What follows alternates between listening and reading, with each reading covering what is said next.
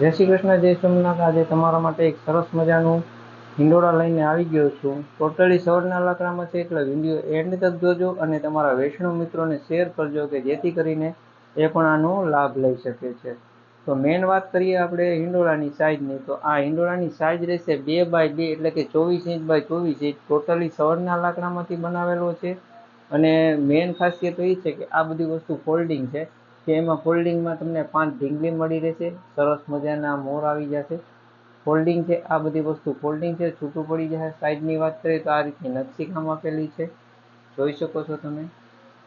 અને ચોકીની વાત કરીએ ફ્રેન્ડ, તો આપણે ચોકી છે, જ્યાં ચોકી છે ફોલ્ડિંગ આવશે। અને મેન વાત એ છે કે આ ચોકીમાં તમને ફૂલ સાઇઝ મળી રહેશે। 11 બાય 12 ઇંચની ચોકી મળશે, એટલે કે તમારે 2 લાલા અથવા તેનું શયનખંડ કે શણગાર પણ તમારે સરળતાથી તમે કરી શકો છો, અથવા કોઈ 2 લાલા પધરાવાના થાય છે તો પણ તમે એને પધરાવી શકો છો।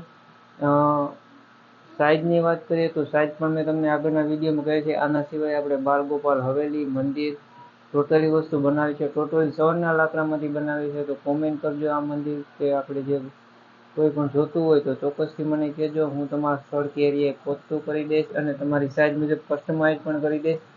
સવરના લાકડામાંથી જ બનાવીએ છીએ અને આપણે ફૂલ ગેરંટીથી કહીએ છીએ કે ટોટલ સવરનું લાકડું આવશે। તો ચોક્કસથી મને કોમેન્ટ કરજો અને શેર કરજો તમારા વૈષ્ણવ મિત્રોને, કે જેથી કરીને એ લાભ લઈ શકે।